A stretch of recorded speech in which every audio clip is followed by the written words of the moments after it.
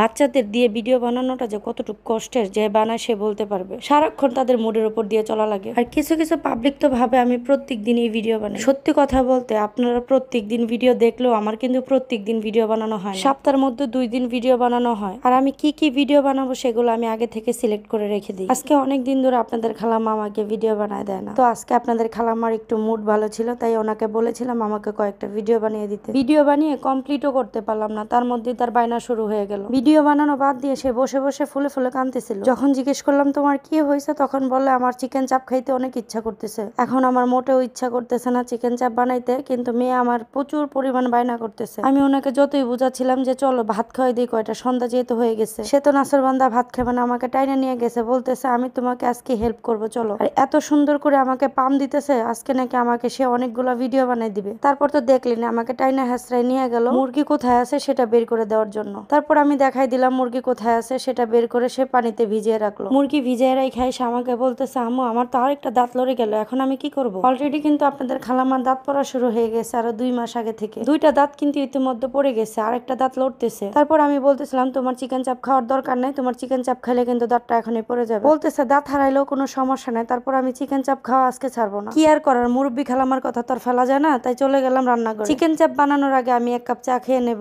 এই চাটা হচ্ছে ফ্যাট কমানোর জন্য আমি খাই। গত 3 দিন যাবত খাইতেছি, আলহামদুলিল্লাহ মনে হচ্ছে পেটের চর্বিটা হয়তো কমবে। 1 মাস আগে খেয়ে দেখি, তারপরে এটা রেজাল্টটা ভালোভাবে বুঝতে পারবো। এই চাটা আমি একটা ডাক্তারের দোকান থেকে আনছি। ওই ডাক্তার বলছে এই চাটা খেয়ে নাকি অনেকে ভালো রেজাল্ট জানিয়েছে, এই জন্য আমাকে সাজেস্ট করলো। তাই চিন্তা করলাম আমিও 1 মাস খেয়ে দেখি এটা রেজাল্টটা কেমন হয়। যদি ভালো রেজাল্ট হয় অবশ্যই আপনাদেরকে রিভিউ দিব, আর যদি খারাপ রেজাল্ট হয় সেটাও আপনাদেরকে জানাবো। আমি এদিক দিয়ে চা খেতে খেতে আপনাদের খালামা চলে আসছে, আয়সা বলতেছে এখনো কি হয় নাই? পরে আপনাদের খালামাকে বুঝিয়ে শুনিয়ে বললাম যে মাত্র মুরগিটা কেটে আমি ধুয়ে রাখছি, তুমি তো চিকেন চাপ খাইতে চাইতেছো, চিকেন চাপ খাইতে গেলে তো একটু সময়ের ধৈর্যের প্রয়োজন। পরে সে বলতেছে আমি নাকি ইচ্ছা করে দেরি করতেছে যেন সে না খাইতে পারে। মোট কথা আমি নাকি তাকে ফাঁকি দিচ্ছি। তারপর ওনাকে আমি বুঝিয়ে শুনিয়ে বললাম যে তুমি দাঁড়িয়ে দাঁড়িয়ে দেখো কতটুকু সময় লাগে। তারপর মাংসটার মধ্যে আমি হলুদ, মরিচ, লবণ, জিরার গুঁড়া, ধনের পাখির গুঁড়া, আদা, রসুন, টমেটোর সস আর টক দই দিয়ে দিলাম। তারপর দিয়ে দিলাম চিকেন চাপের আসল মশলা, মানে হচ্ছে চিকেন চাপ মশলাটা। সব মশলা দিয়ে ভালো করে মেখে জুকে নিচ্ছিলাম। মাংসটার মধ্যে মশলাটা যতই ভালোভাবে মাখা হবে ততই কিন্তু মাংসের ভিতরে মশলা ঢুকবে। আর এই মাংসটার মধ্যে এমনি মশলা ঢুকবে কারণ আমি ছোট ছোট করে পিস করে নিয়েছিলাম। মাংসটা ভালো করে মশলা দিয়ে মাখিয়ে একটু রেস্টে রেখে দিলাম। তারপরে এদিক দিয়ে আমি যেহেতু নান রুটি বানাবো তার জন্য বলের মধ্যে পানি নিয়ে নিলাম। পানিটার মধ্যে পরিমাণ মতো লবণ আর ইস্ট দিয়ে দিলাম। তারপরে দিয়ে দিলাম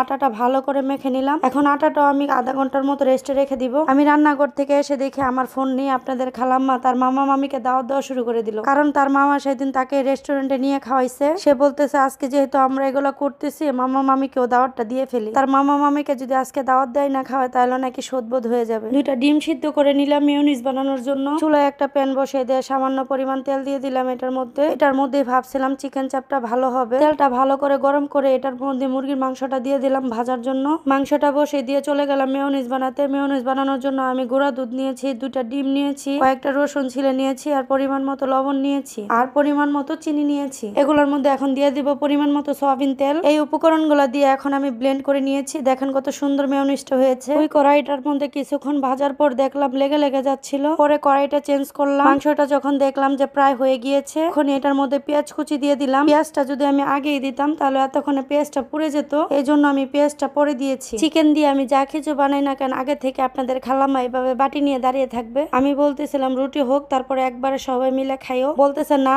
আপাতত আমাকে একটা দাও, আগে আমি খাই, পরে রুটি হইলে সবার সাথে একসাথে খাবো। কি আর করার, আপনাদের খালাম্মাকে একটা দিয়ে রান্নাঘর থেকে বিদায় করলাম আগে। এই তো আমার চিকেন চাপটাও হয়ে গেল, এই জন্য আমি একটা বাটিতে নামিয়ে নিচ্ছি। দেখেন কত সুন্দর হয়েছে চিকেন চাপটা, একদম পোড়া পোড়া। দেখে মনে হচ্ছে পুড়ে গিয়েছে কিন্তু না, এটা একটা পোড়া পোড়া ভাব, মানে কালারটা। আটাটা যে আমি ঢেকে রেখেছিলাম এখন খুলে দেখি আটাটা ফুলে গিয়েছে। এখন আটাটা ভালো করে মতো এখন আমি রুটি বানিয়ে নিব। তো আমি মানুষ হিসাব করে রুটি বানাচ্ছিলাম। বিগত 2 মাস রুটি বেলা হয় নাই। অনেকদিন পরে রুটি বেলতে গিয়ে আমি ভুলে গিয়েছি রুটি কিভাবে বেলতে হয়। তো আমি খুব সুন্দর করে মোটা মোটা করে রুটি বানাচ্ছিলাম। একটা সময় এই মোটা রুটিগুলা খেতে আমার কাছে খুবই ভালো লাগতো। আমি যখন আমার শ্বশুর বাড়িতে ছিলাম আমি আর আমার মেজো যাই মোটা মোটা রুটিগুলা খেতাম। আর এই মোটা রুটিগুলা খেতে আমাদের কাছে এত পরিমাণে মজা লাগতো। আমার শ্বশুর বাড়িতে কিন্তু একদম পাতলা পাতলা রুটি খাইতো। আমি আর আমার মেজো যা বলতাম পাতলা পাতলা রুটির দরকার নাই, আমরা 2 জনের জন্য 2টা রুটি বানাবো, এতে এনাফ। রুটিটা যখন প্রায় ভাজা হয়ে গেল তার মধ্যে আমি দিয়ে দিলাম একটু বাটার। বাটারের গ্রানটা এত পরিমাণে আমার ভালো লাগে বলার বাহিরে। এই যে দেখেন রুটি ভাজা না হইতে আপনাদের খালাম্মা প্লেট নিয়ে হাজির। তার নাকি খিদায় পরান চলে যেতেছে, এই জন্য তাকে আমি আগে দিয়ে নিলাম। সে তো প্রথম রুটি পেয়ে অনেক খুশি, আর আমার বোনকে দেখাইতেছে, কয় দেখো আমাকে আগে দিয়েছে। এই যে এগুলা বানাইতে বানাইতে আমার প্রায় 2টা ঘন্টা সময় লাগছে।